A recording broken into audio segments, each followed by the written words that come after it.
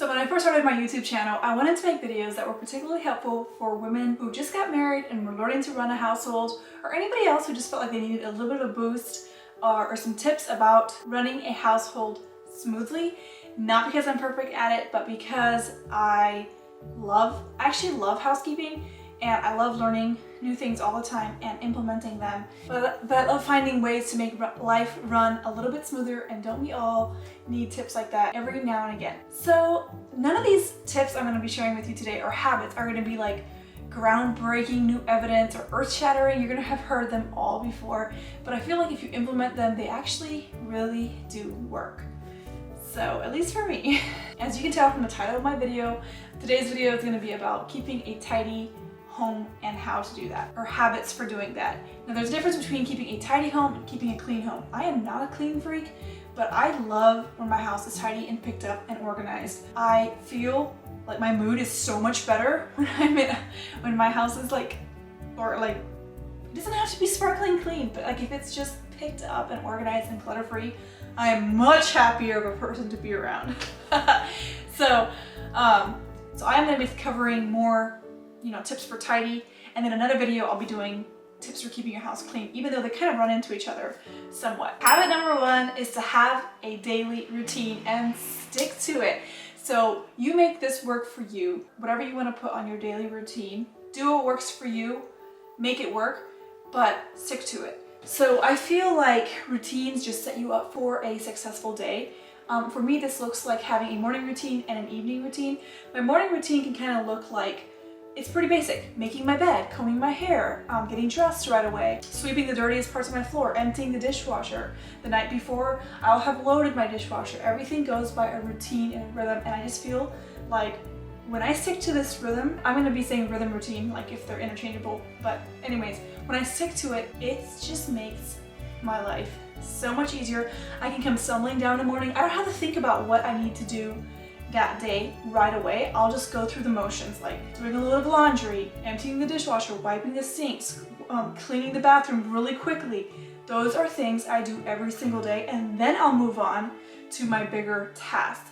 But it just eliminates so much brain fatigue if you have some of your core things that you do every day and you stick with it. The one reason I really like this is that if you have a daily routine, especially in particularly like a tidying up or cleaning routine, if you have to leave suddenly in the middle of the day, your main stuff is like done most times. Sometimes life just happens, you have kids or whatever, and they get in the way and not everything gets done. That's fine.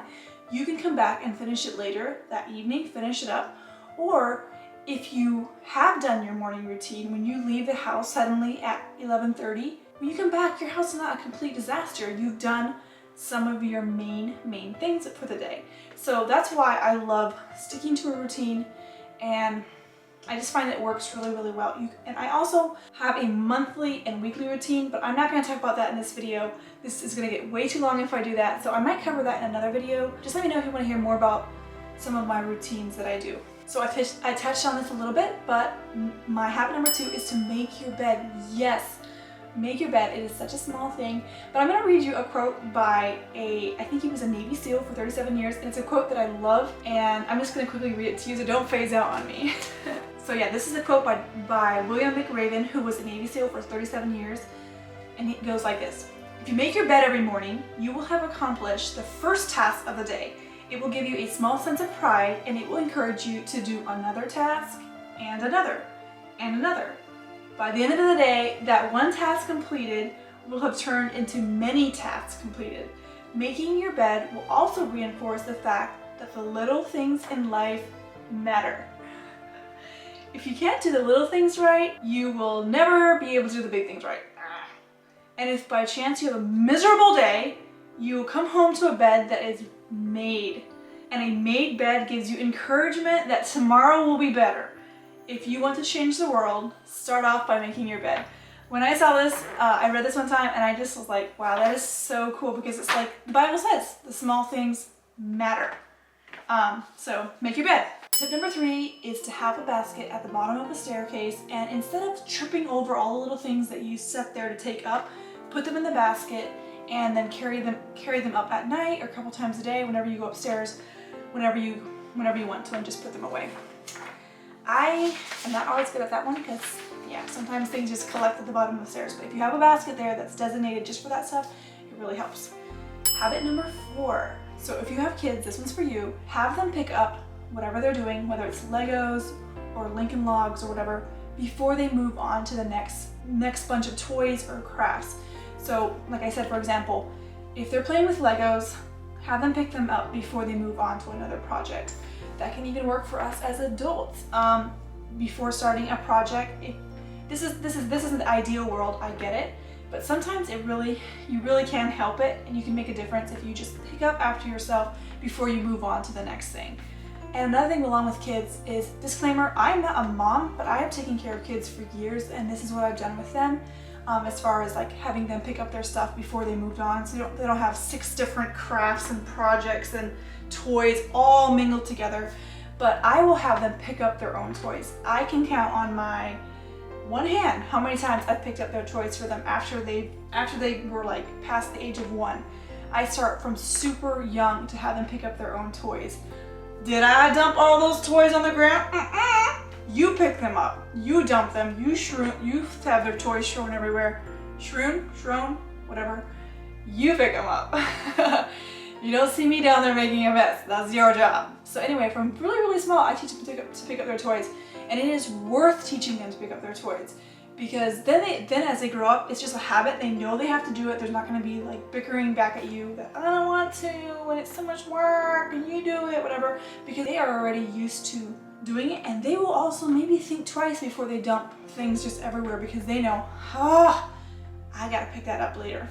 Anyway, so that's just a tip that I have done, and it works great, so hopefully it works good for my kids too.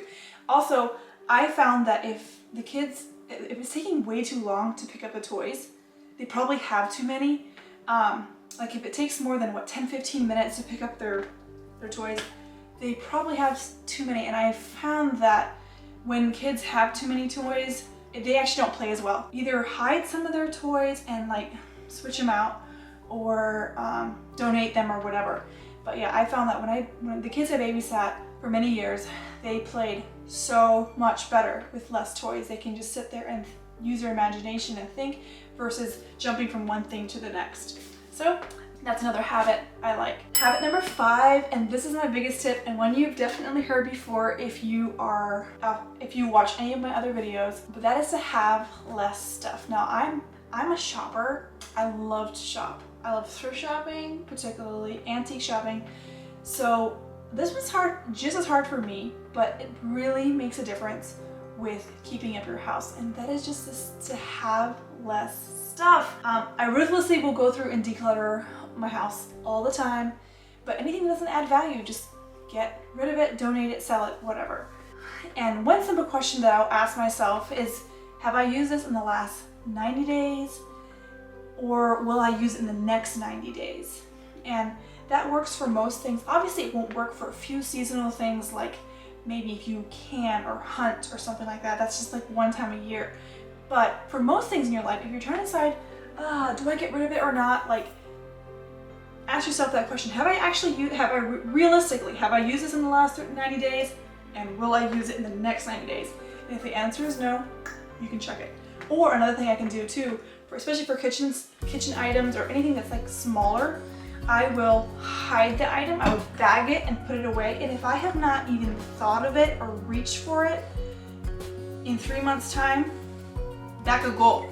Because you're like, yeah, I never used it. I never used all these kitchen utensils. I might actually never need them. And also, if you spend less time cleaning and tidying, you will have more time. This is the reason why it's good to have less stuff. Is I'm lazy. I don't want to be picking up and cleaning my house all day. I want to be going swimming. I want to have my friends over. I want to spend time with people. I don't want to be just keeping up after my stuff all the time. So have less stuff. It makes it so much easier. Habit number 6, if I'm the last one to use the shower, what I like to do is just grab the hand towel and just give the sink and the toilet or the tub just a quick like makeover, just a quick wipe with the hand towel, and then I'll chuck the hand towel in the laundry. That's just something that I do every day. It just kind of cuts some of that grime I know it's like not even that clean, but yet it kind of just helps some of that dust that you accumulate over the day. And I'll just check the hand towel into the laundry before we go to bed. Like this video if you're finding any value in it, in the tips, or comment below if you have any tips for keeping a tidy home. I would love to hear it. I feel like I often learn so much by reading my comment section as well. Habit number 7. Habit number 7 is have consistent pickup times. For me, this means right before I go to bed, I love to wake up to a tidy house, and also if I'm babysitting kids, right before nap time.